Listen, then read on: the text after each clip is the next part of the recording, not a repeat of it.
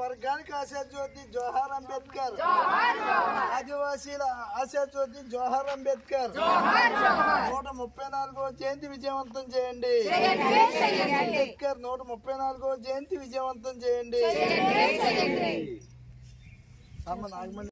నా పేరు Kusireddy Ganeshwararao, CPML organising committee కార్యదర్శిని.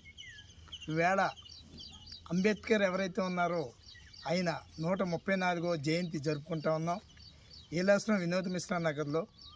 అయితే అంబేద్కర్ అణగారి వర్గానికి ఒక జీవన జ్యోతి, ఆయన దళిత వర్గానికి వరమిచ్చినటువంటి మంచి మహోన్నతమైనటువంటి వ్యక్తి. ఆయన ఆశయాలను మనం కొనసాగించవలసినటువంటి బాధ్యత అందరికీ ఉంది. అయితే ఈవేళ మన భారతదేశంలో పరిపాలన కొనసాగుతున్నటువంటి మోడీ ప్రభుత్వం ఏదైతే ఉందో అది మతోన్మాదమైనటువంటి ప్రభుత్వంగా మారిపోయింది. అది ఎవరైతే ఈ యొక్క అంబేద్కర్ రాజ్యాంగంలో పొందుపరిచినటువంటి అణగారి వర్గానికి ఉన్న చట్టాలన్నీ కూడా వాళ్ళన్నీ మార్పులు చేసేసి ఆ చట్టాలను ఎత్తివేయడానికి చాలా విశ్వ ప్రయత్నాలు చేస్తూ ఉన్నారు.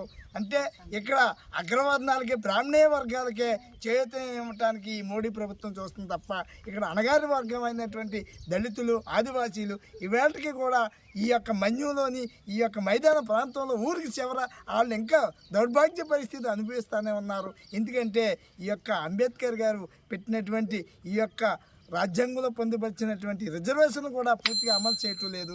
దీని మీద ఈవేళ జరుగుతున్నటువంటి దేశంలో పరిస్థితి ప్రతిరోజు దళితుల మీద ఏదో చోట అన్యాయం జరుగుతూనే ఉంది, దళితుల మీద వేధింపులు జరుగుతూనే ఉన్నాయి.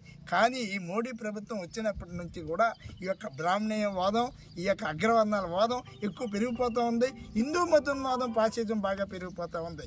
ఇది ఒక వర్గ పోరాటంగానే ఏదన్నా సిపిఎంఎల్ నాయకత్వంలోని ఎప్పటికన్నా ఇది కమ్యూనిస్టులే దీన్ని వర్గ పోరాటంగా చేయాలని ఈవేళ మన ఏ దేశంలోని లేనటువంటి భారతదేశంలో కుల అనే వ్యవస్థ చాలా దారుణంగా నడుస్తూ ఉంది.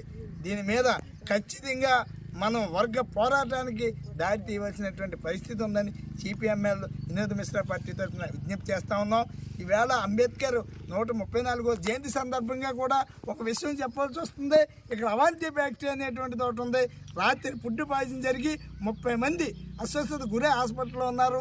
ఈ అవంతి ఫ్యాక్టరీలో ఎప్పుడు ఏదో జరుగుతూనే ఉంది. మొన్న గ్యాస్ ఫైర్ అయింది, ఎవరికీ తెలియనివ్వటం లేదు, అక్కడ ప్రమాదాలు జరుగుతున్నాయి. ఈ అవంతి ఫ్యాక్టరీని ఖచ్చితంగా ఇన్సూరెన్స్ లేవు, మహిళలకు సరైనటువంటి రక్షణ లేదు. ఈ ఫ్యాక్టరీ మీద విజిట్ కంపల్సరీగా ఈ న్యాయ వ్యవస్థలో వీళ్ళందరూ కలిసి ఈ విజిట్ చేసి ఈ యొక్క అవంతి ఫ్యాక్టరీ మీద చర్యలు తీసుకోకపోతే ఇక్కడ చాలా మందికి ప్రాణ ప్రమాదాలు జరుగుతూనే ఉన్నాయి. అక్కడ రాజకీయ పొలిటికల్ నాయకుల అండదండలతో అక్కడ జరుగుతున్నటువంటి ఈ యొక్క భోగోతాన్ని ఖచ్చితంగా ఇచ్చేయాలని చాలా మంది మహిళలు అక్కడ అన్యాయానికి గురవుతున్నారు. దీన్ని ఖచ్చితంగా బహిరంగపరచాలని సిపిఎంఎల్ వినోద్ మిశ్రా పార్టీ తరఫున విజ్ఞప్తి చేస్తా ఉన్నాం.